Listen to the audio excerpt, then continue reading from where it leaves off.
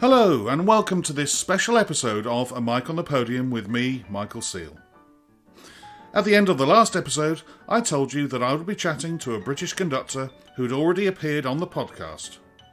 In many ways, that is true, as this week I'll be chatting to Simon Halsey, the world-famous choral conductor, who appeared way back in episode 9.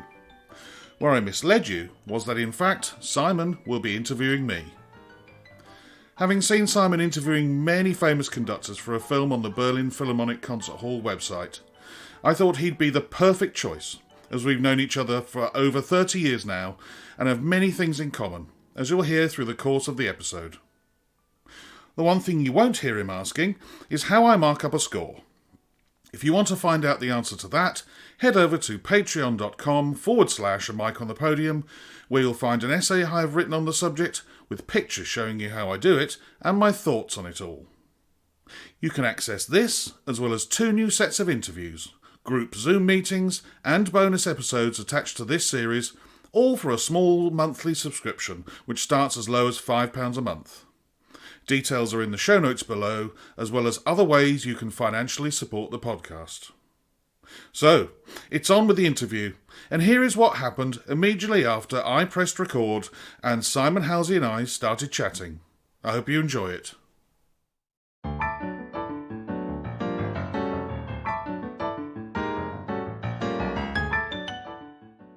Hello everybody, and welcome to today's... Oh shit, I'll Welcome to my world. Indeed. Yeah.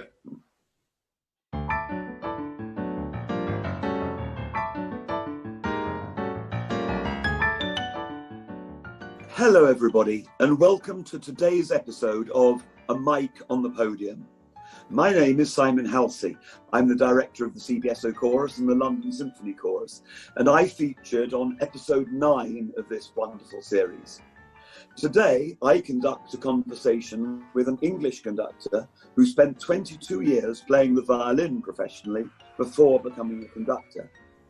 He is associate conductor of the CBSO, has conducted virtually all of the orchestras in the United Kingdom, as well as many others internationally, and is now the host of a podcast where he interviews other conductors about their careers.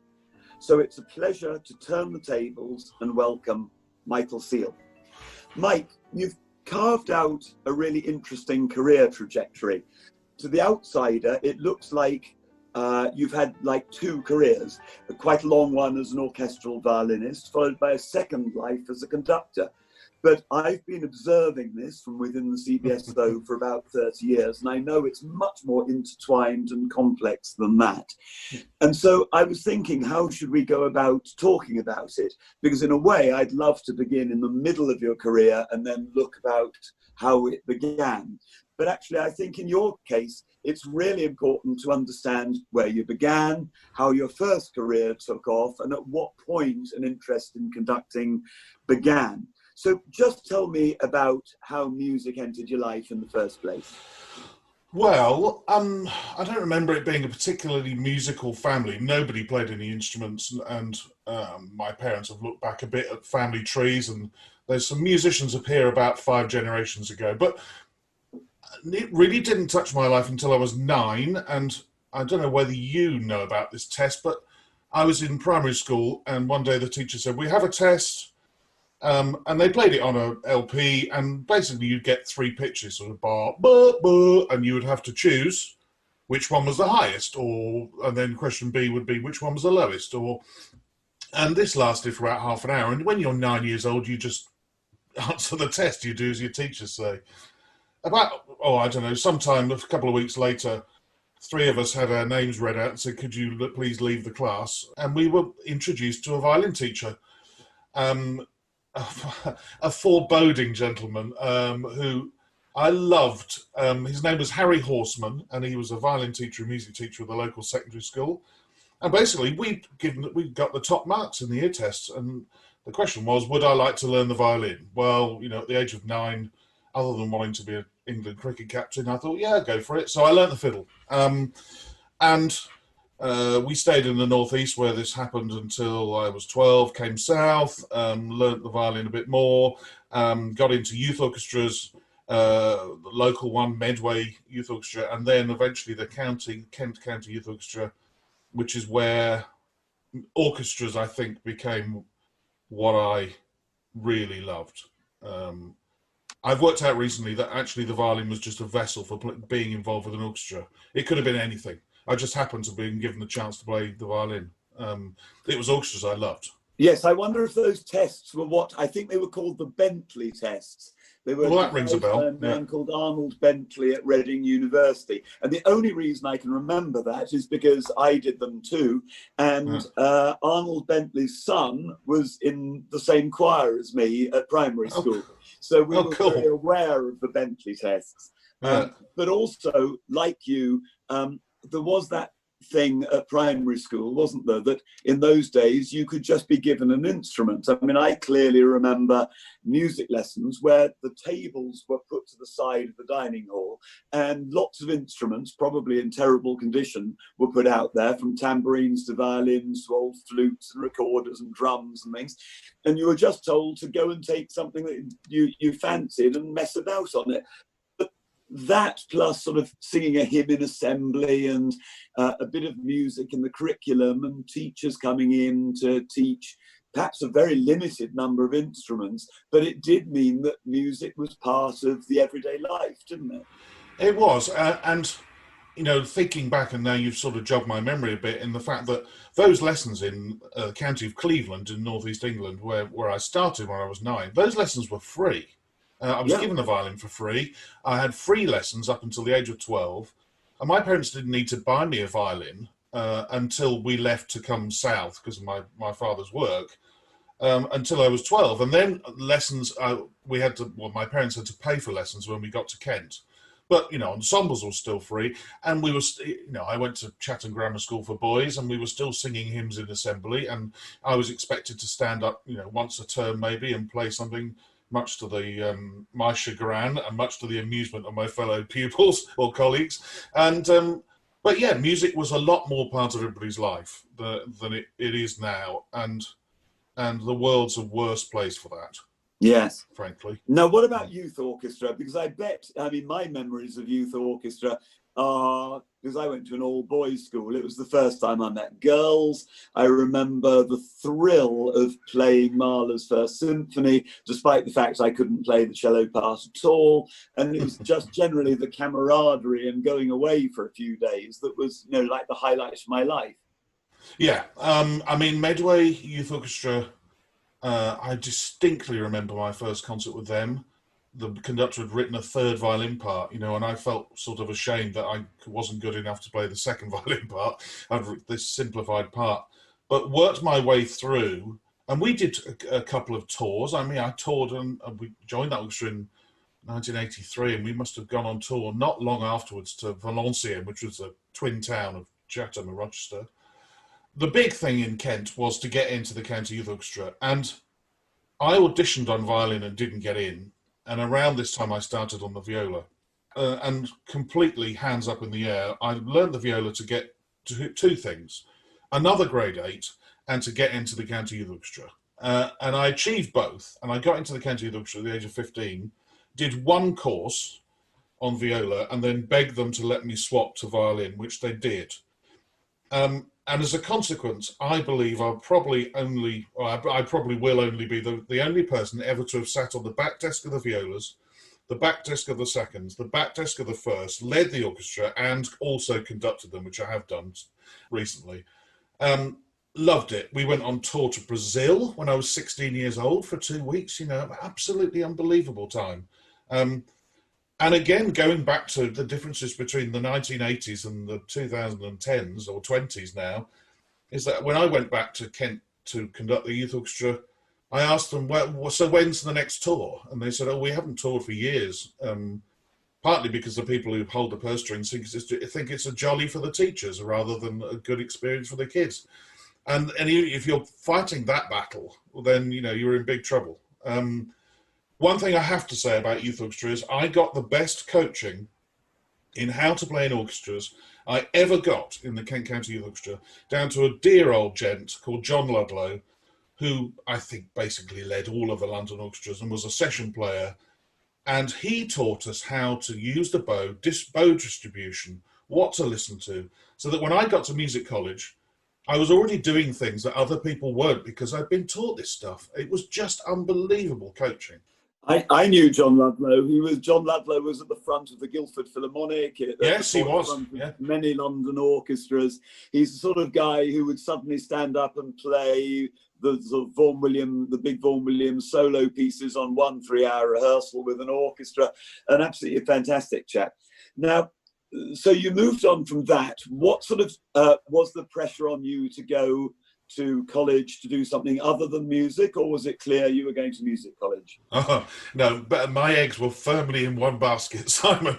And this comes to a tricky point of my life in the fact that a lot of people I knew, mainly through county orchestra, had already gone to music college. I wanted to go to music college and do, I don't think you can do it now, sort of, I don't know what it would call, but it wasn't a degree. It was basically 4 years in a practice room.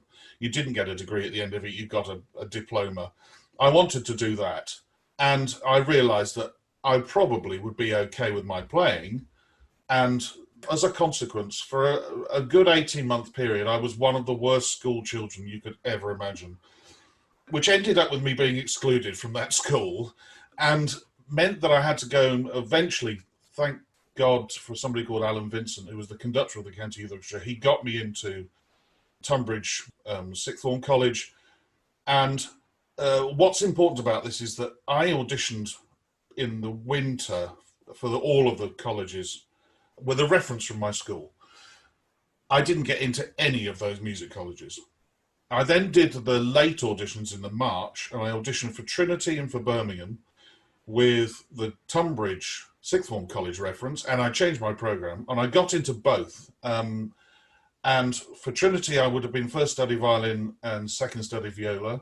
And for Birmingham, I got in with a scholarship to do first study violin, second study composition, and third study viola if I fancied doing it.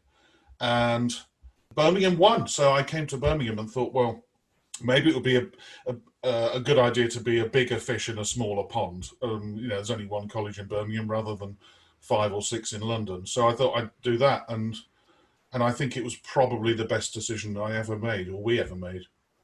How fantastic. So tell me about the Conservatoire then. Well, I mean, for me, it was heaven. I got taught by Jackie Ross, who was the head of strings, but also made, my composition teacher was a lovely man called Andrew Downs, who was wonderful. He just sort of, guided you so wonderfully. And Jackie and I, had our differences for the first year until we sort of twigged on a way of working together, and the fact that I couldn't copy everything she did. Jackie is about 5'2" or 3, if that, with tiny hands, and I'm 6'1" with huge shovel hands. And I think eventually we sort of agreed that I would take from her things that I knew would fit to my body, and all of the general musical things, obviously. But I would try and tailor what she wanted me to do to fit my frame, and it worked wonderfully. And basically, from my second year to the end of my third year, my playing just leapt forwards in leaps and bounds. I wouldn't say I was a nice student because I was incredibly, what's the word? You could look back and think arrogant, but it wasn't arrogance. I was just single-minded about getting into an orchestra. It didn't matter where the orchestra was. My goal was to get everything and anything out of that place and go and get in an orchestra. So I was, very single-minded, probably not particularly nice. And, I look back on parts of that bit of my life and think, what on earth were you doing? But, I worked my ass off, frankly. And where did the composition lead? I did a year. I had a couple of pieces performed. I was then swap teacher to Jean Joubert, who was a lovely, lovely man, brilliant teacher. But by then, this was starting my second year. As I said, my playing was starting to really take over, and I had basically thought, I haven't got the time. And the college allowed me, at the start of my second year, I became a joint first study, and within halfway through my second year, I dropped composition completely. The viola had already gone, and they basically said, fine, just be a violinist then. And so it disappeared. It never totally disappeared. I had a piece performed in the late 1990s by some friends of mine that I'd written for them, and actually just before lockdown I was really getting back into it again, but at that time the violin was everything.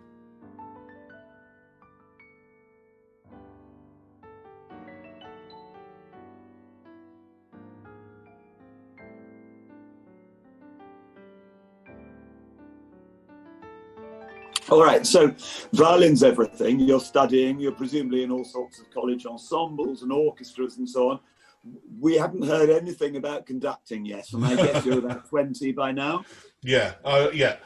So the first time I conducted would have been to conduct a brass piece that I'd written for 13 Brass and Percussion. I went to, I think it was Chris Morley's shop in Moseley. I think it was at Cottage Music. He had a shop in Moseley, and I bought a baton, which, it was sort of bolt-like in size, a huge broomstick of a thing.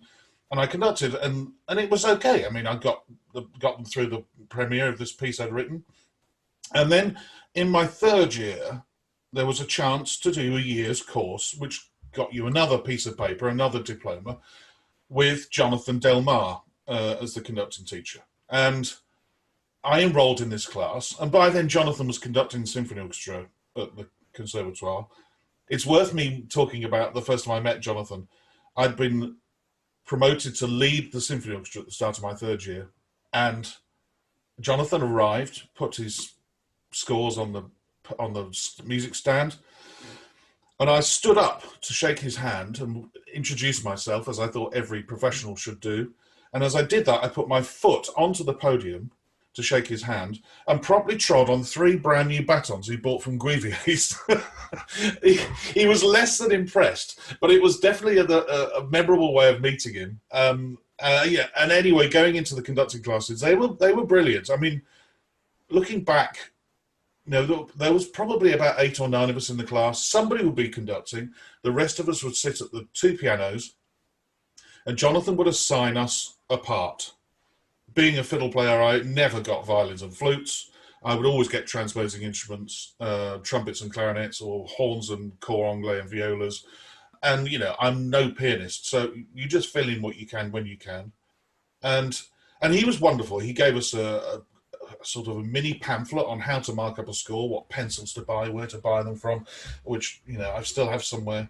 And at the end, I conducted, I think it was Elgar's in the South, passed my diploma for that year, and thought nothing more of it, other than the fact that already what I'd done was start to take a great interest in what these people were doing stood in front of me. Before I could have possibly been accused of being a sort of passenger in a car who was reading a Hello magazine or something and not looking out the windows, or looking out the windows and not looking at where we're going. From that moment on, I was sitting in the front seat watching the road and thinking, right, what is the driver doing? And the same with conductors. Why are you doing that? Why am I playing for you? But look, this other conductor I played for, I didn't like at all. It was already firing the the sensors in my brain. And so for that, I'm so glad I did that year's course. Indeed. And just very briefly, in a nutshell, what did Jonathan teach during any given year? He didn't teach a set of repertoire. I don't remember him teaching particularly a style or a stick technique. If you look at a Musin or somebody like that, or a paneler, they all sort of hold the stick in the same way, and their bodies are this. There was none of that. It was very much about score preparation, score learning, tempi. He would give us practical advice on things like balances. Very, very useful in that regard. But I do not remember a single thing him telling me about stick technique or technique really at all. It was all about the score and all about the music. But that's very interesting, because that is, in a way, as if you like, old-fashioned. But also, yes. A few years ago, I had the great privilege to talk to Zubin Mesa and Claudio Abado, to drop a couple of names, about the way they'd studied. And they'd been in the same class in Vienna, and they had only basically done the form of the music. You know, they'd analysed music. They'd done. It was rather academic, if you like. I asked them how much physical technique they'd done, how much baton technique, and so on. And they both looked at me slightly mystified and said, "No, that wasn't part of it at all. It was simply you just took another Haydn symphony and worked out where the coda was, where the second theme came, and how it was all going to work, and what the tempi should be." So, I mean, Jonathan Del Mar sounds like coming out of something not dissimilar. And of course, his father, Norman Del Mar, had been my teacher at the Royal College of Music a few years earlier. And he didn't teach any stick technique at all, but terrifying requirement to learn the score, which is one of the hardest things, I think. But it can be taught. I think, you know, and there are a million ways of doing it. So probably Jonathan was going on from what his father had done, but clearly he didn't do what his father did, which is we would go to his house, and there was a swimming pool in the house. I think I may have told you this before. And we would get there at 9 o'clock, and Norman would be emerging naked from his swimming pool, and he would tell us to go and get a cup of coffee. And the first thing we saw on Saturday morning was a very substantial man wearing no clothes. So I don't suppose that happened at the Conservatoire. No, it didn't. I must admit that there was something that, you know, all of us students would get together and chat, and we loved Jonathan, but we loved to wind him up, and we did this every week. And so Jonathan would sometimes tell us to prepare a piece of music, or he might say, bring something of your own. The first question he would ask you, he would always say, so what recordings have you listened to? Now, regardless of whether we'd listened to them or not, we would always try and find out whether his father had recorded that piece. and so we would always leave that name till last. So you could turn around and say, well, I've listened to James Levine with the New York. I've listened to Bernstein, of course. Oh, and there's the Norman Del Mar recording with BBC. And then you would go, right, that's enough of that. On we go, on with the piece. And we used to always try and find a way of winding him up like that, whether he ever realised we were doing it or not. And if he did, I'm sorry, Jonathan, but we were just being naughty 20-year-olds. But yeah, I mean, lovely, lovely man. And somebody I really enjoyed leading for as well in Symphony Orchestra. A great trainer of students. And that's going to be something that we must deal with later, training. Yes. Just another question before you leave the Conservatoire. Clearly you had an absolute ball there, and clearly they gave you all sorts of wonderful opportunities, and you left a very much better educated person than you went in. With retrospect, are there things that you wish they'd taught you that they didn't? Well, I mean, weird practical things like, you know, in those days, you know, talking about being self-employed and Schedule D and you know, how to get an accountant, or that only really started happening, sort of professional development happening around the time I left. I made one suggestion to Jackie as head of strings, and I've yet to see a music college do this. And if they do, I'm unaware of it. But you know, as I said, I was leading the symphony orchestra in my third year. When I got to the end of my third year, which I'm going to come to in a minute, and by then already started working with the CBSO, I went to Jackie at the start of my fourth year and said, can I make a suggestion, please? Is there anybody who wants to, who's a fourth year, should now go to the back of the sections in symphony orchestra on every Friday and sit at the back and learn to play at the back of an orchestra, because that's where you're going to get your work. I'd quite like to go and sit at the back. And she said, well, I need you at the front, so you're sitting down the front. And that was the end of that. But I do think, you know, if possible, especially if a music college has designs on producing great orchestral players, the elder and better ones who are on the verge of going out and working in the profession should spend at least a concert or two and all of the preps sitting at the back, because it's a completely different world. Well, that's fascinating. So all music colleges, please note and change your curriculum immediately. Now, how did the transition from music college to playing happen? Because it sounds like the transition happened pretty seamlessly. Well, it was very quick, and it was very quick, but very detailed and very involved, and it's a story I don't mind telling. Um, I auditioned for the very first set of CBSO String Training Scheme, and which is a scheme that still runs to this day, where a student at the Conservatoire gets a host player and they sit next to their host for, I think it's a dozen rehearsals. They don't play in concerts, but they get used to what it's like to sit in the CBSO and rehearse. So I auditioned for the very first year of this. I remember who was on the panel: Lynn Fletcher, the co-leader, David Gregory, Paul Smith. I did my audition, and a week after that audition, I was due to play the Sibelius Concerto with the Symphony Orchestra in the graduation concert. So I was in good form, put it that way.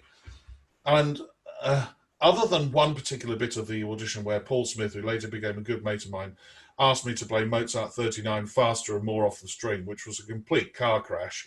And he knew it was going to be, and I told him afterwards what a bastard he'd been. Other than that, I walked out thinking, well, I've nailed that. So I had the rest of the day off, so I went for a beer, and I was in the pub, and somebody came into the pub and said, Jackie Ross is looking for you, you better go back. And I thought, oh, God, what have I done? So anyway, went back, knocked on her door, walked in, and the first thing she said was, well, you didn't get on the training scheme. And I thought, well, who's played better than I had? I mean, in my arrogant third-year way. And she said, oh, no, don't worry about that. They've offered you extra work. They want you to go in as a proper pro next week and are you free next week? And after, college had stopped. So I was offered 2 weeks' work. The first week was Leonard Slatkin, and I've told him this on the podcast, Leonard Slatkin conducting The Planets. Second week was Paul Daniel conducting La Mer, which I'd played in the youth orchestra already, so that was cool. And then that was it. There was nothing else in the diary. So I went into college the day after that Paul Daniel concert, and I was trying some violins out for a mate. And you'll remember that the CBSO offices were next door to the Adrian Bolt Hall, neither of which now exist. And we were stood in the Bolt Hall trying out some violins, me and a mate. He wanted to buy some violins, and he wanted to listen to me playing. Well, I listened to him. And Martin Williams, the old orchestral fixer, walked past the door. He said, oh, Mike, are you free? And so I went and had a chat with him. And he offered me a tour, 2 proms and a tour, coming up in 4 weeks' time. And I was free, and I thought, brilliant, this fits in just before music college due to start. Then I went home to Kent, and 2 or 3 days later, I was playing cricket with my brother and his mate, and I broke the end of my second finger of my left hand, trying to catch a ball, and immediately thought, right, what do I do? Went to the hospital, had it checked, x-rayed, it was broken. They wouldn't splint it up, so my mum and dad and I just got a lollipop stick, splinted them together, and thought, right, I'll find out in 3 weeks' time whether I can play the violin or not. I took it out 5 days before the first rehearsal, and I could play-ish. And I thought, right, I've got 5 days. Do I cancel it now and then risk never playing for him again, or do I fudge it and try and learn to play Prokofiev 5 and Mahler 9 on 3.5 fingers? And so I thought, right, me being me, sod it, I'm going to learn that. So I learned that repertoire, 3 Screaming Popes by Turnage as well, to play it on 3 fingers, 3.5 fingers.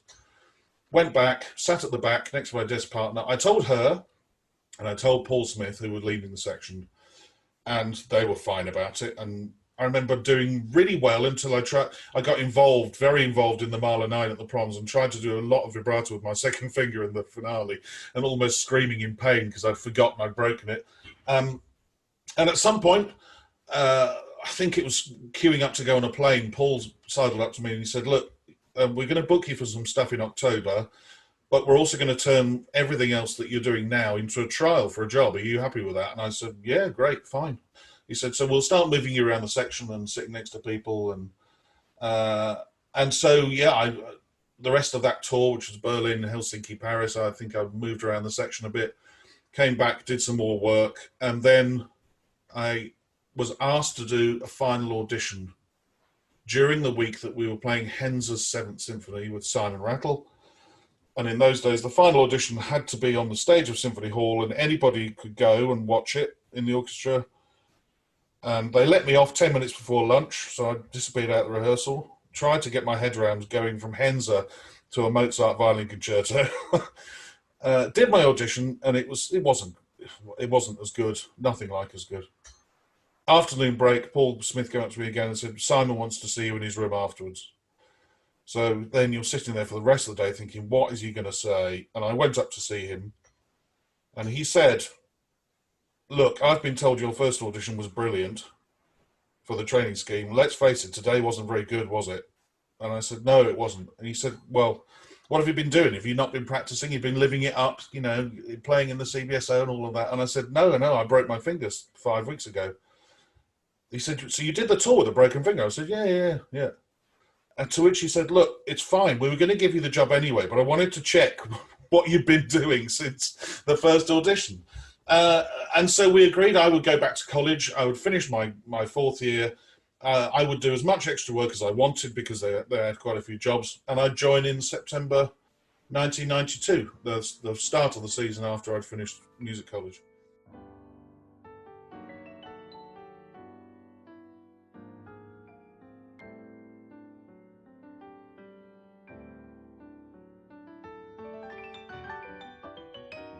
We ought to get on to what happened about conducting now. Yes.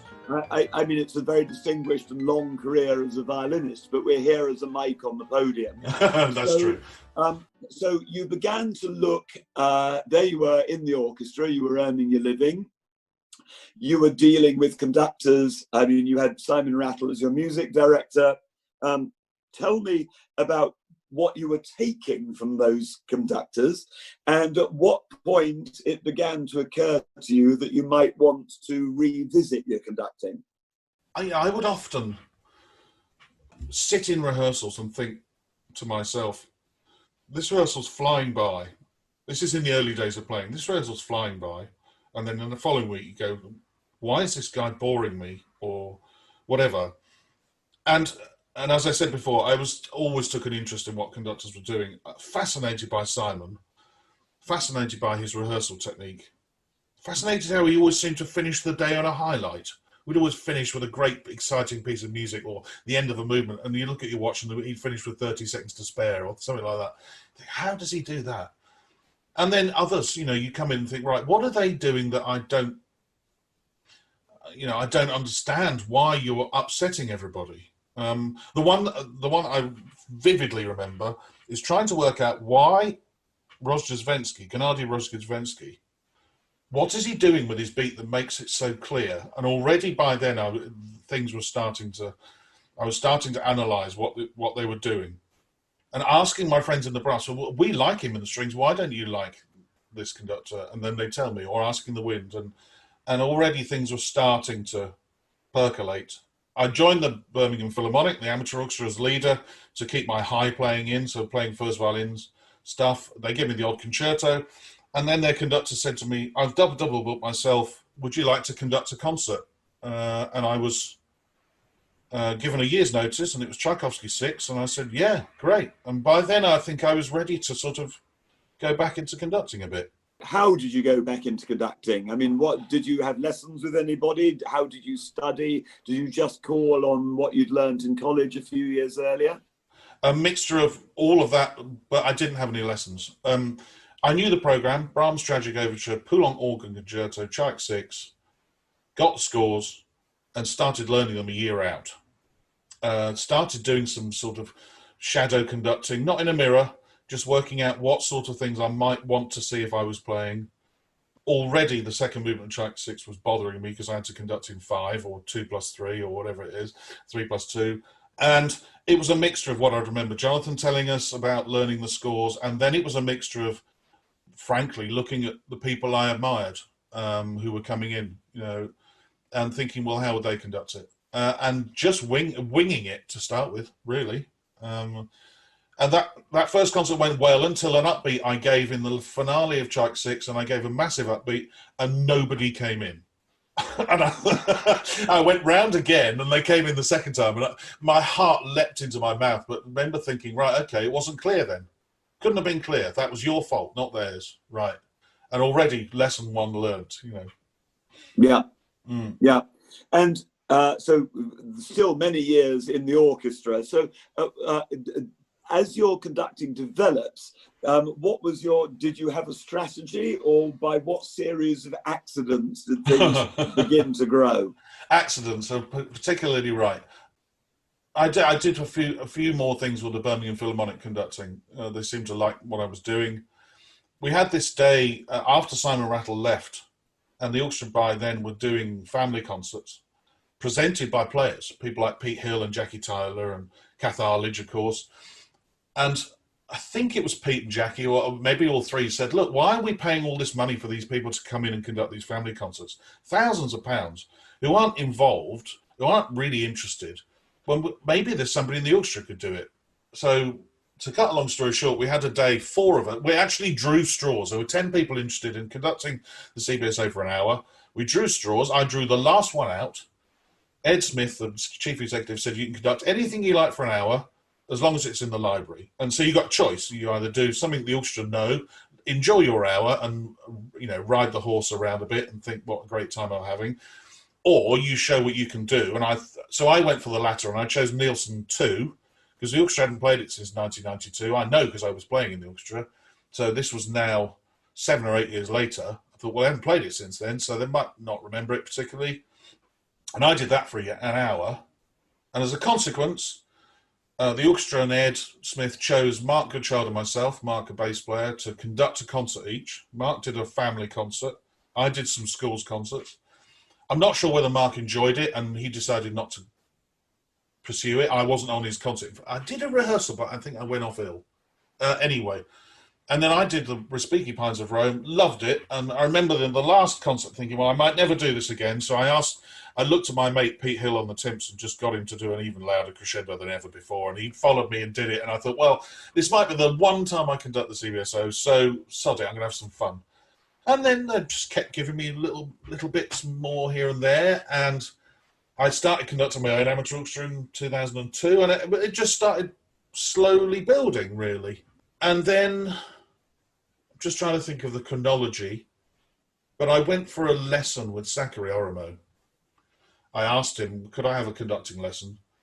And went to his house in Moseley, and it was a very Sakari program I was going to do with the Birmingham Philharmonic. It was Tchaikovsky, Romeo and Juliet, Sibelius Violin Concerto, and Berlioz's Symphony of Fantasy. And we were there for 3 hours and didn't stop talking about the music. But he seemed very interested. And then I can't remember how it worked out, but I asked him whether he could come and watch me conduct. And he came and watched me do another Birmingham Philharmonic thing. He came and watched me rehearse Walton 1 for half a morning. And then I took him out for dinner and he said, right, you need to go and have some lessons. He said, you're very good, but you need to stop doing this. You need to stop doing that. You need a control-out-delete. You need a restart, a reboot. And so he suggested I try to get on a course with Jorma Panela somehow. Wrote me a letter of recommendation, and I went and spent 2 weeks in Russia studying with him and learning basically that I was, conducting like a speared octopus. There were arms and legs going in all directions, and when, there is such a thing as a technique. And that's sort of how it happened until 2005. Well, and then what happened in 2005? What happened in 2005 was we were due to do a world premiere of a piece by Richard Corsten, which was for orchestra and pre-recorded orchestra. And I was asked to take the recording sessions to record the pre-recorded bit. So what was due to happen was somebody would sit at a keyboard, and when they played middle C, extract 5 would play through the speakers. And then if they played the B flat below, extract 42 would play at the same time. And so this part was, I think there were 50 extracts of music that were to be played at the same time as the live orchestra in this world premiere. So I'd recorded the pre-recorded element. 8 or 9 days before, Sakari went ill, and eventually Stephen Maddock and Richard Corsten asked me to take the world premiere. But somebody else did the rest of the concert. I only did the world premiere. And so I had a week to learn this piece. And I'm thinking, well, it's bound to be the same as the extracts. Well, it was nothing like it. Full of multi-time signature stuff and tricky to put together. I remember one morning my missus said to me, how fast is this piece that you're conducting? And I said, well, it goes, 150 beats per minute. And she said, "Oh, that's funny because you sat bolt upright in your sleep last night and did big triangles at that speed and then laid back down and went back to sleep." I said, "Okay, fine." I did the world premiere. Next morning, got a phone call from Stephen Maddock, asked me into the office, and he said, "Would you be interested in being our assistant conductor?" Both roles at once. And I was knocked back. I was knocked sideways. I couldn't believe it. And we sat down and we worked it out and how it would work, and it's worked ever since. 15 years. But in the background, how often in a given year were you conducting amateur orchestras and youth orchestras and that sort of thing? I was conducting, by then I'd been conducting the Symphony of Birmingham since 2002. We'd already been on tour twice, and I was doing 3 concerts a year with them, plus the odd thing with the Birmingham Philharmonic. Plus I think I'd started with Birmingham Schools, doing some things with Birmingham Schools Symphony Orchestra. So yeah, a lot of my time was spent learning scores or out of in an evening conducting orchestras. You know, it was now more than a hobby. It was something I was very serious about. And to be asked to be assistant was really important, because at the time I was thinking, do I want to go further up in the, by then I was a sub principal sitting anywhere between 5 and leading the section occasionally in the seconds. Did I want to become a better fiddle player, or was conducting something I might sort of morph into being one? And you were our first assistant conductor, weren't you? I don't remember that we had the position before that. I think I was. Harold Gray was associate conductor, which of course I went on to be, but I don't think there'd been an assistant. And that is how, just in a nutshell, how did you arrange with Stephen Maddock, the chief executive, to divide 100% of your time between fiddle playing and conducting? He basically said, I will guarantee you X amount of concerts per year. We talked about fee there for each sort of concerts. It would be a different fee for an outside park state than it would be for a subscription concert. Guaranteed 1 subscription concert a year. We never really talked about me assisting other than the opera each year, which basically worked out that I wouldn't be paid, but I just wouldn't play. So I would spend I'd get my violin salary, but I wouldn't be playing. I'd be sitting out and helping and assisting. That was really how it worked until I moved up to associate and they needed an assistant because I'd stopped playing in the orchestra. It was very much gentleman's word is his bond sort of thing. Occasionally what would happen was, and actually I interviewed somebody the other day and reminded him of when we met, you would have seen this, conductors will turn to the leader and say, "I'd love to go and listen to the acoustic. Can you stand up and conduct?" And normally it would be the leader's job. Well, Lawrence would turn around and say, "Well, I don't conduct, but that guy there in the seconds does. He'll do it for you." So I would stand up and conduct whatever the conductor asked me to do. And it was Dima Slobodanyuk. We were in Manchester, and he wanted me to do the opening of Nielsen 4. Happily, I'd already conducted that with the Birmingham University Orchestra, so that was fine. But that were the sort of things that would happen at the drop of a hat. Just be expected to stand up.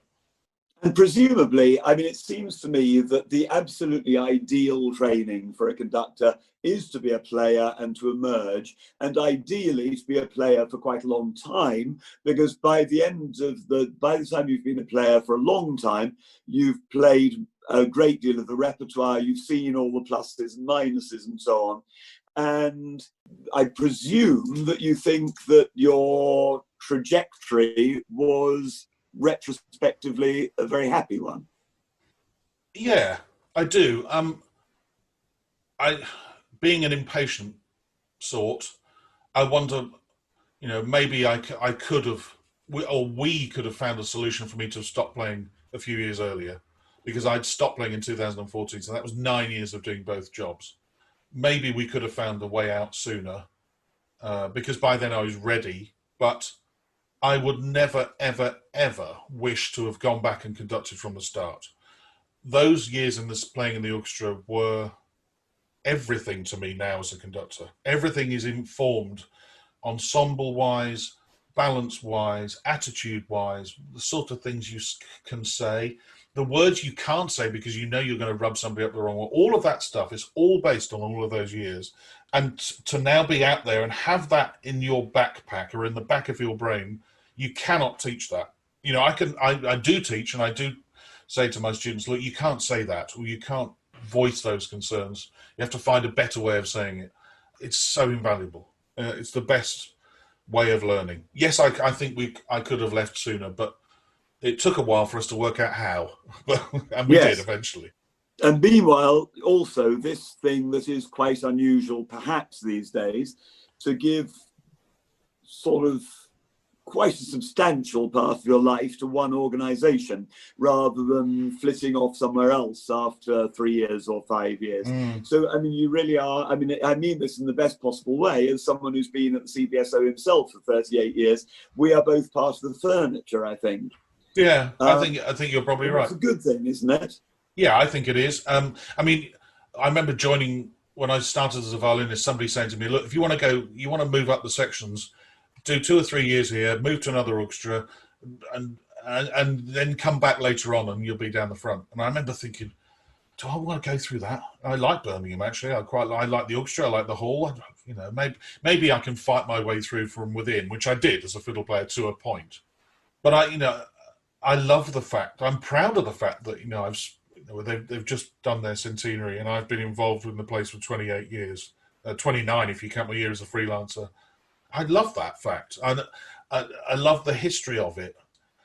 I'm very proud when somebody says, oh, you conduct the CBSO. Have you conducted them often? I say, yeah, about 258 times. I'm very proud of that fact.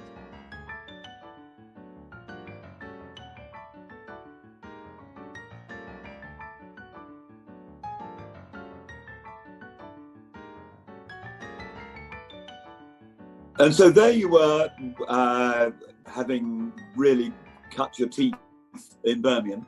How did the sort of guesting elsewhere happen? Where was the first orchestra outside the CBSO professional orchestra to invite you? Bizarrely, even though I keep all of my stats, I'd have to look it up, Simon. I'm not sure I can remember. What I can say is I can tell you the first time I went abroad, and it was disastrous. It was with the Frankfurt Radio Symphony Orchestra, because we're twins, Birmingham and Frankfurt are twins. And Andrea Zietschmann, who is now at the Berlin Phil, was running Frankfurt Radio, and she spoke to Simon and said, who does your family concerts? And he said, well, actually, we've got this guy who's a fiddle player in the orchestra. I went there and I was just trying to please everybody. I wasn't being myself. And I learnt that lesson really early on. I finished the first day's rehearsal probably too early, though I didn't feel they needed rehearsing. It was stuff they knew. It was Star Wars and it was standard repertoire stuff. I started rehearsing on the second day, and we started with Gershwin's Strike Up the Band, and I realised very early on they didn't know it, and so I started really rehearsing them.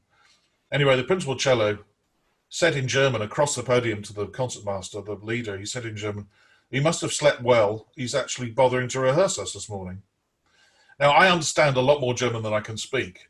Now, if he'd said that to me, I'd turn around and say, yes, actually I slept very, very well in English. But then I decided, right, okay, you want to play games like that. And so it got into my mind, which is, something I'll come back to and answer one of the 10 questions probably. It just wasn't a very good week. Around this time, I'd also managed to find an agent. So I was starting to do things elsewhere, and word was getting out that I was okay, I was good. And so I was getting re-invited back to places, did my first BBC Symphony things, BBC Welsh, Ulster Orchestra, went to Argentina on the back of a recommendation from a friend of mine in the CBSO, and been back many times ever since. And after that initial Frankfurt thing, I realised you've just got to be yourself. There's enough orchestras out there. If they don't like you, fine. But if they do, they do, and they'll ask you back, and don't worry about it. And what did you discover? What were the shocks, if you like, of going to new orchestras? I do remember going to Argentina for the first time vividly and meeting their chief executive, who's now become a great friend, Eduardo Iduipe. And he sat me down over a coffee beforehand and said, no, I'm going to warn you what it's going to be like. He said, you may have rehearsed orchestras before, but you've not rehearsed one in Buenos Aires. I said, okay. He said, if they don't like you within 30 minutes, there will be a riot. I'm thinking, right, define riot. And so I walk in and get introduced, and I just turned the face of my watch face down, so I couldn't see where I was in that magical 30 minutes. Started rehearsing Rimsky-Korsakov, Capriccio Espagnol. Got to the end, did some rehearsing, turned the watch over. I'd done 45 minutes and they were in silence. And I thought, oh God, right, I'm okay. But yeah, suddenly somebody would put their hand up and shout from the back of a section and ask you a question. It was all very well meant and they love music making. It's all for passion about music making, but that was a shock. It's dealing with the characters. And I realised quite quickly that the characters that we had in the CBSO were replicated throughout other orchestras. So there would always be somebody who would ask an inane question just so they get their voice heard in a rehearsal. There was always somebody who wanted to pick a fight with you, whether you were involved with them or not. And so, yeah, learning and realising and thinking, right, I know who you are. You're that person or this person, and then just being myself and trying not to be shocked by differences of attack or when they played, or differences of balance in halls, and just getting my hands dirty. That was how I got around it all. And at the CBSO, of course, you'd had to jump in and do all sorts of repertoire. So 2 questions. Yes. Birmingham is particularly good at doing sort of Bollywood and film evenings and all sorts of things that perhaps orchestras in better funded countries might not regularly do. First thing, so first thing is, how about this enormous repertoire that you had to deal with at the CBSO? I loved it. I love the fact that I was asked to do so many things. When you do a family concert, all of a sudden you've got to do 11 or 12 pieces from different musical genres, and I enjoyed it. Film music nights I really enjoyed, and taking a pride in making it sound like it did on the movie. And then you'd read on these John Williams fan websites that they thought it was the best performance they'd heard because it sounded just like the movie, and you think, good, I've done the job well there. The Bollywood Night was an interesting one, because again, we wanted it to sound like it did on the original Bollywood films, but none of that music existed. So the CBSO librarian, Tim Poitier, arranged them all by ear, and it took him a year. And he used to come around regularly, about once a month, and we'd have a meal, listen to what he'd done, probably drink way too much red wine, argue over a chord here and there, say, no, there's a 7th in that chord, no, there's a 9th in that chord. And that was, I was really invested in those concerts and those arrangements. But eventually I thought, do you know what, people are calling me the guy who does the Bollywood stuff, and they won't ever book me to do a Brahms symphony again. So it's the only sort of genre of music I've decided not to conduct again because of that. But not because I don't love it. I absolutely love it. It's fun. But I just thought I was getting a bit pigeonholed. But I do love that, suddenly being able to stand in front of an orchestra and make it, the John Williams stuff especially, it's just such wonderful music to put together. Orchestras love playing it, audiences love listening to it, and I love conducting it. So I don't mind that there are orchestras in the UK. Some people think I do family and school stuff only. Some people think I only do film music stuff. Then I go to the BBC Symphony Orchestra and I can put together the most difficult contemporary music, and they think I'm good at that.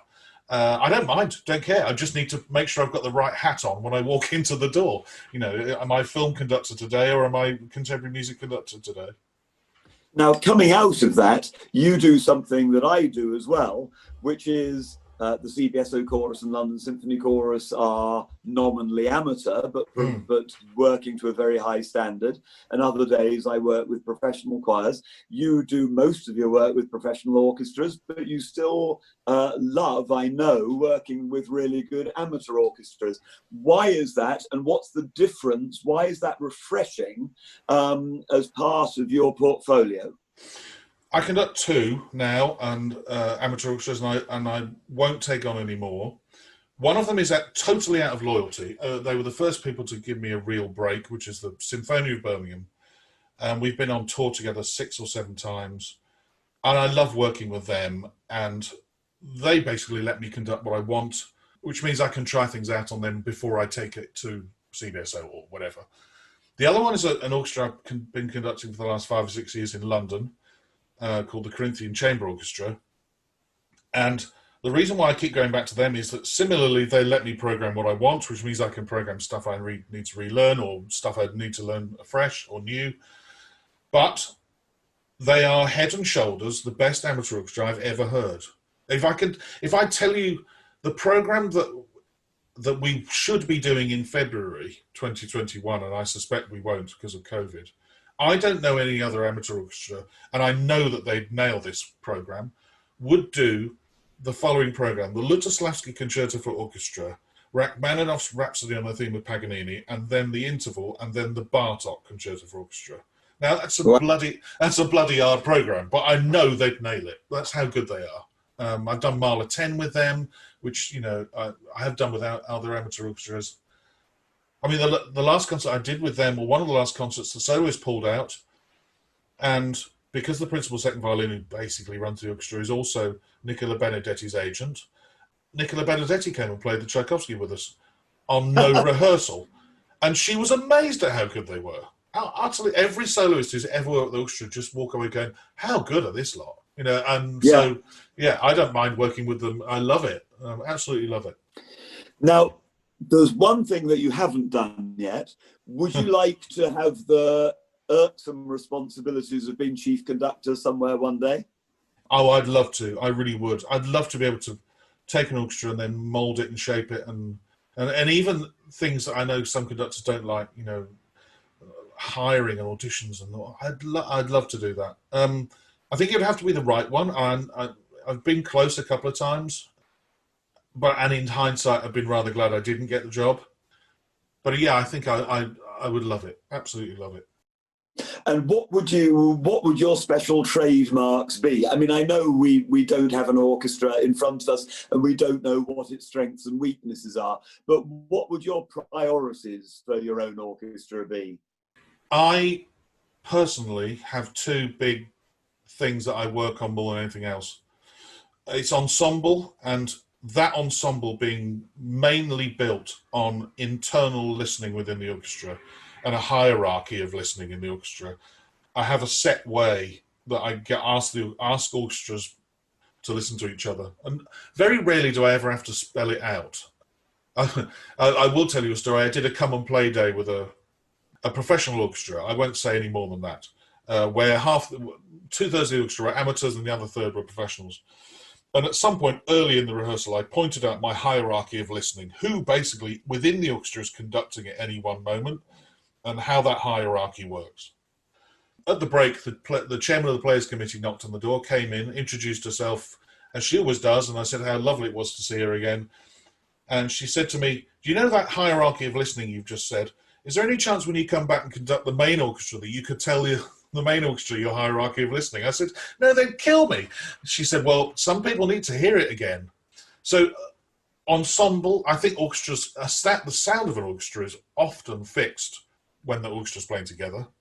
An ensemble and listening are, to me, the most important things. And also I'm rather hot on rhythm as well.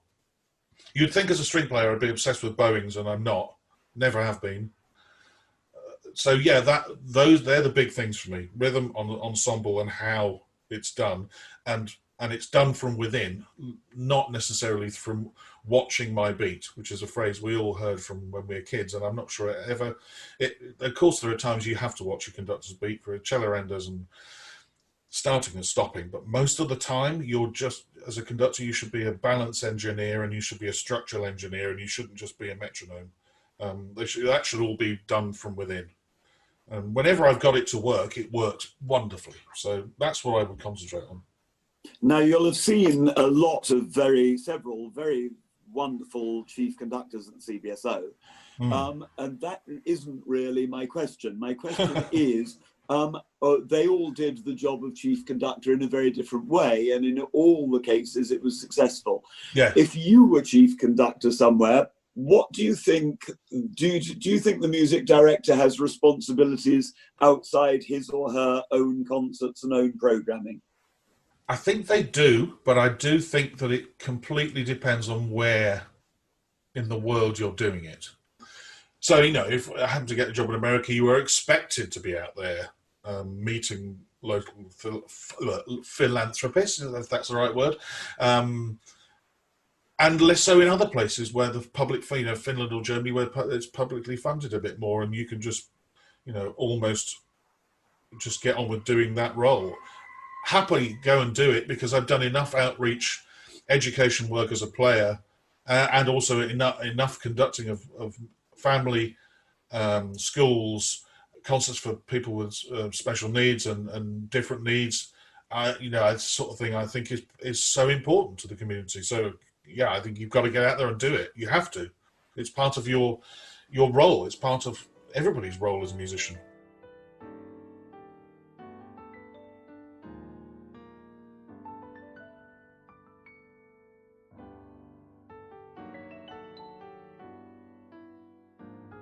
Mike, we have something in common. Both of us have stepped in for Andris Nelsons at the last minute.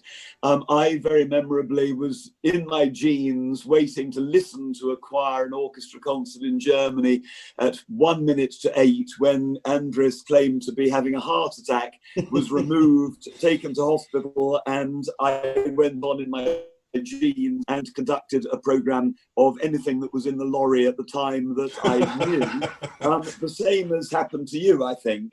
It's true. This time he wasn't having a heart attack. This time we were on a long tour, 17 concert tour of Europe, and I'd actually had lunch with him that day in Dortmund because by then I was associate conductor. We were very good friends. We'd had lunch together. And then it was a few hours to kill. So we were now 13 concerts into, and my suitcase needed repacking. I thought, right, an afternoon in the room. Got dressed for the concert, and I got in the lift at the hotel in Dortmund to walk to the venue, and the phone rang, and it was Stephen Maddock, the chief executive, who was on the tour. So I'm thinking, well, why is he ringing me up? He said, where are you? I said, well, I'm just walking to the hall. Basically what had happened was that Andris' young daughter, and she was only a baby in arms, maybe a year or 18 months old, was rushed to hospital with an internal problem with her digestive system. And Andris, of course, was going to go home, back to Latvia and be there for his wife and his daughter. And Stephen said, if we asked you to conduct the last 3 concerts, would you and could you? And I said, well, yes, I would, but I'd need the scores to be able to make sure I could. I walked to the hall in Dortmund. As I got to the hall, 4 members of the CBSO management walked out of the back door, the artist door, and walked towards me, which is never a good sign, is it? When they're walking towards you, and I'm thinking, oh, God, what's happened now? And they said, right, he's gone now. He's gone. He's got in the limo and he's gone. He's flying home tonight. You're on now, this evening. So that evening, I think we had half an hour's seating rehearsal, 4 C interludes, which I'd rehearsed but never performed.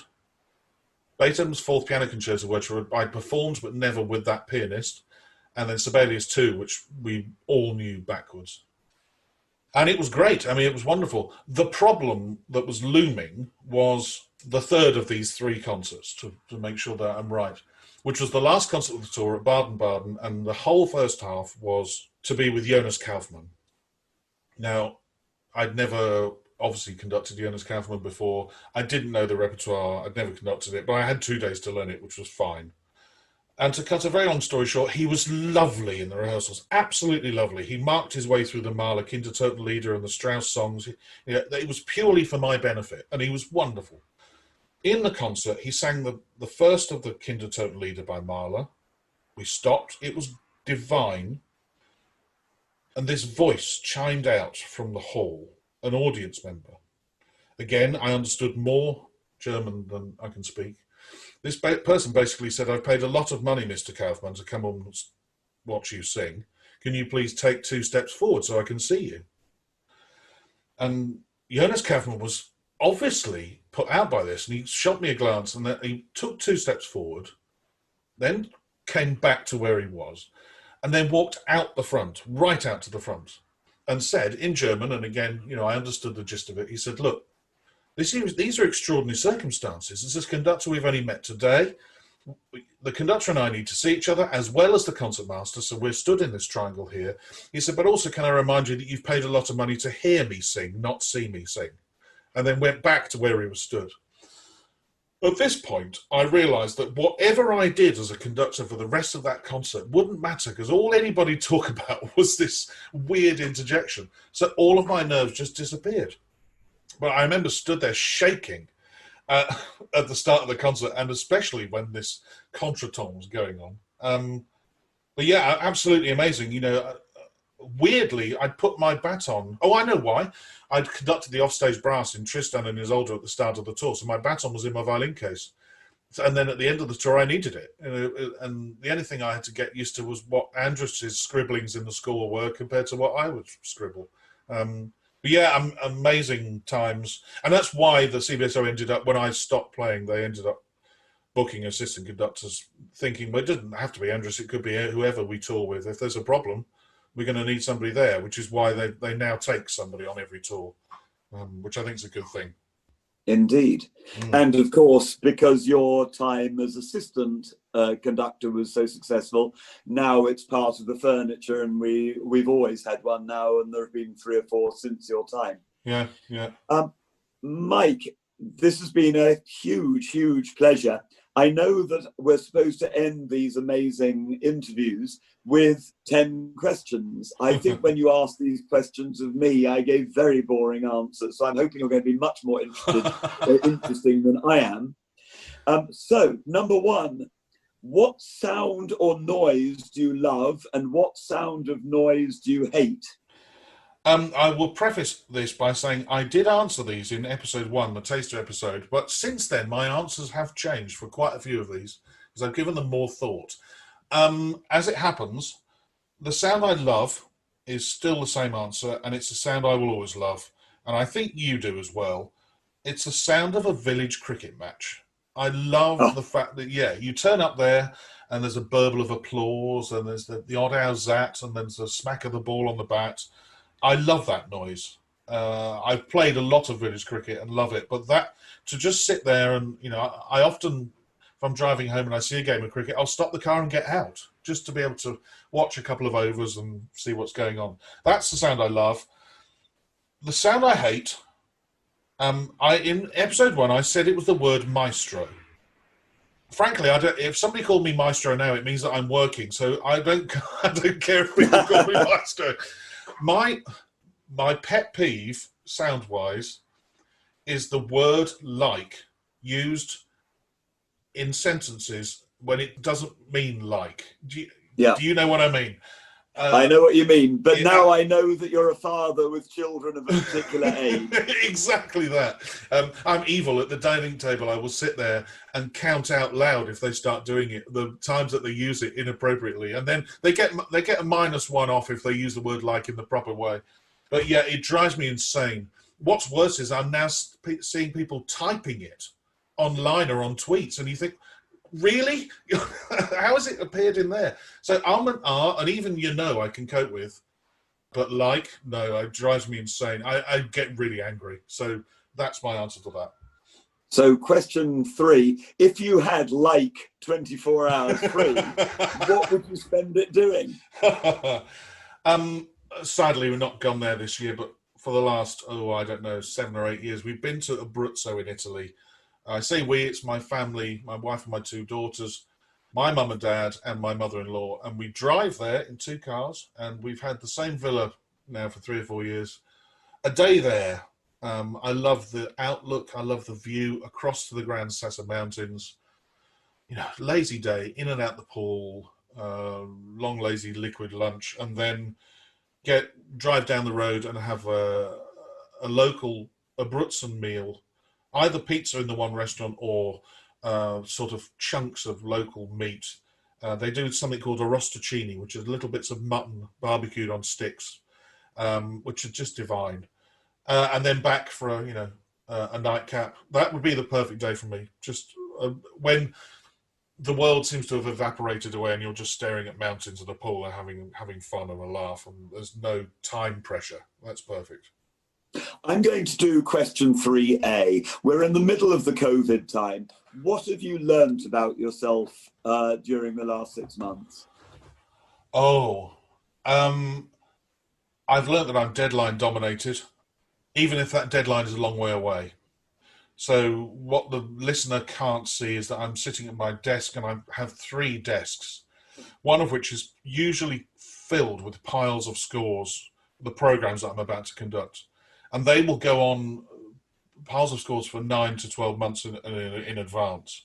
and I will have another pile of scores I must learn and look at. And I've learned that a deadline is the way I work.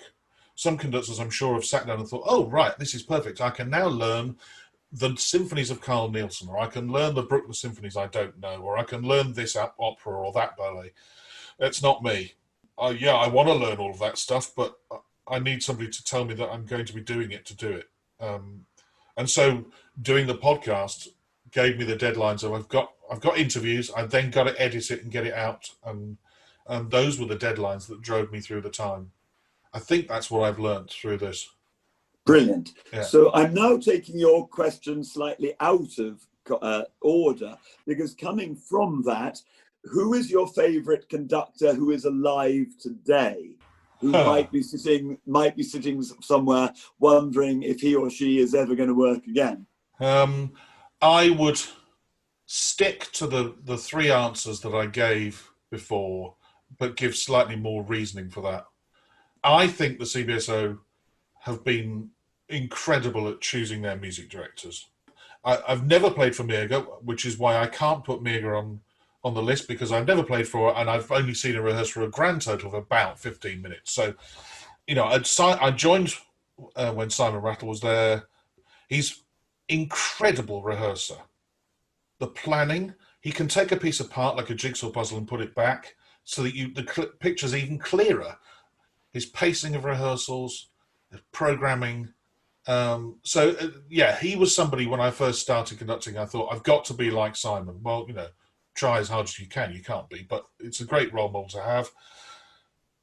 Zachary, the clearest beat I have ever seen played for, and also the clearest at telling you what the next tempo is, which is one of the hardest things, as you'll know, Simon, when there's a tempo change and there's no relation mathematically. He was the business at that, and still is. And I loved his sense of humour. I'm not sure many people got it. I loved his sense of humour. And then Andris, with all of the things that you talk about with organisation and what you think the conductor should be, he would use phrases in rehearsals that inspired us all, made us laugh. The first tour we did with him, we did 7 Tchaikovsky 5s. They were all different. They were all so spontaneous. Some of them weren't even by Tchaikovsky. I don't know who they were by, but they were just brilliant. And he got me, around that time I'd been learning with Pamela, he got me to stop thinking about what it looked like and start thinking about what it should feel like, and get the music out there at all costs. Doesn't matter what, if that beat works, use it, even if it isn't in the training manual. So I'm going to stick with those three, because I don't think I could have had any better training in conducting by watching than those three. How splendid. What about then listening to recordings or going to concerts in the past, conductors of yesteryear? I didn't really go to concerts in the past, which is sad, but I just didn't. That's something from my early life I wished I'd done more of, but there weren't any opportunities where I lived. So Harnoncourt, love Harnoncourt. I love the clarity of musical thought. I love the sound, especially in things like Beethoven. Incredible sound he gets the orchestra to. Also, what I love is his phrases he uses in rehearsals. He's not afraid to say something outrageous. He's not afraid to say something that's frankly weird to get his point across, which also links into the other person who, and it's going to annoy some, because I still get tweets now saying, is every answer to that question going to be Carlos Kleiber? Well, today it still is. He was another one you would use a turn of phrase to make an orchestra laugh, or to make them sit up in their chair, to make them play better, and frankly a beat to die for, and clarity of how he conducted. So those would be my two. One, really, I love listening to Harnoncourt's recordings, and I love watching Kleiber. Now, when it comes to conducting yourself, what's the hardest piece that you've ever done, and why was it hard? Well, again, I'm not changing the answer, but it's World's Bliss by Peter Maxwell Davies. A little bit of context. I saw Simon Rattle backstage at Symphony Hall. We shared a day's work with the CBSO. I was conducting and playing for him, and he was just conducting. Sadly, he wasn't playing for me. But we met backstage, and he asked me what was coming up. And I told him that I was doing World's Bliss with the BBC Symphony Orchestra in about 3 or 4 weeks' time. It's one of the very few times I've ever seen Simon Rattle almost take a step backwards, and he went, "You're conducting World's Bliss? Well, good luck with that. And I'd literally just started marking up the score. I remember thinking, okay, right. It took almost a mathematical brain to work out how to rehearse it so that the orchestra didn't sit there for 50 minutes at a time not doing anything. So I came up with a schedule, very detailed schedule on how to break it down. We had 2 days of rehearsal. First day was on my own. The second day, Max was there. And afterwards, I was so exhausted after rehearsing that and the first half of the concert. I went for a beer to the local pub near Maida Vale, and there was Max with a couple of people, and we sat down. And he said to me, well, of course, the problem with this piece is that you need a conductor with the sort of skills of a Boulez or a Rattle to make it work. And I remember thinking, yeah, you're really helping me here, aren't you? It's 40 minutes of non-stop, either difficult, slow, or incredibly complex time signatures. I got to the end. I was so relieved that it was only on the fourth time I walked back to the podium I remembered I really ought to give Max a bow. I was so embarrassed having not given him a bow before then. But yeah, that piece was just full on for all the way through, not just the rehearsals, the concert as well. Just so hard, and it's the only piece on these podcasts that is mentioned by other conductors. Both Rumen Gamba and Leonard Slatkin both say "World's Bliss." They've both done it as well. Well. Yeah. Now, when it comes to going abroad, which of course for the time being we're not doing very much, what item would you not leave home without? I must let the listeners know that since about, I can't remember, you were the first person I ever interviewed, Simon, even though you were episode 9, you were the first one. So you were allowed to say phone, baton, passport, or score. Well, about 8 episodes in, I banned those answers because I was getting the same answers all the time. My answer's a bit weird. I've got a book of Daily Telegraph cryptic crosswords, which I've taken with me on every foreign trip, be it a holiday or working abroad or on a tour for years and years and years. I'm about halfway through. So when my phone has died, when there is no internet signal, when there is no... I've got a pen and a cryptic crossword book, and it saved me on many an occasion. Wouldn't be without it. Excellent. What is the one thing you would change about the life of being a conductor? I alluded to it earlier. It is players' attitudes towards conductors. I will hold my hands up and say that, probably for the first 10 years of my time as a player, I was probably a shit to conductors. And if you were one of those conductors, I wholeheartedly apologise. Some people just seem to want to pick a fight. And why? We're all there to make music together. I can't be making your life that much of a misery. I had an experience at the end of the last calendar year, at the end of 2019, with an orchestra that will remain anonymous or nameless, where basically it was one person, but with another guy in cahoots, just wanted a fight from 20 minutes into the first rehearsal. I actually mentioned this to another conductor, and they said, oh yeah, when I worked there, and they used to work there regularly, this conductor would be physically sick because they were worried about having to cope with these people and this fight every rehearsal. It doesn't do anything. It doesn't achieve anything. I suspect it was covering up for the fact that, around them they weren't getting on with each other. So the best way of deflecting that was to have a go at the conductor. It's needless. It's pointless. And yeah, it's a benefit for the benefit of hindsight and also from personal experience. Just there's no need for it. It's horrible. Indeed. Yeah. So if you were feeling very negative about all that, what profession other than your own would you like to attempt? In a fantasy world, I wished I'd been a cricketer, but I wasn't good enough, and I was asthmatic as a kid. And my trial for Kent was the same day as a youth orchestra rehearsal, and I was worried about being late for the youth orchestra. So therefore, bowled terribly. That's my excuse, and I'm sticking to it. And so in the real world, I think I love architecture and I love buildings, and I would love to be involved in that. It's similar to music making and a big piece of music. You're looking at the overall architecture, but you're also looking at things like, railings on stairs and plug sockets here and how the drainage system works and it's the minutiae within the bigger picture. And I would love to have done something in architecture, I think. I was still bowling badly in the meantime as a cricketer. Very good. Now, so many of these questions have a very different feel to them because of the time we're living through. So your final question and the end of our chat is, if the world were to end tonight, and it seems to me quite often it is about to end, what would your choice of final meal and drink be?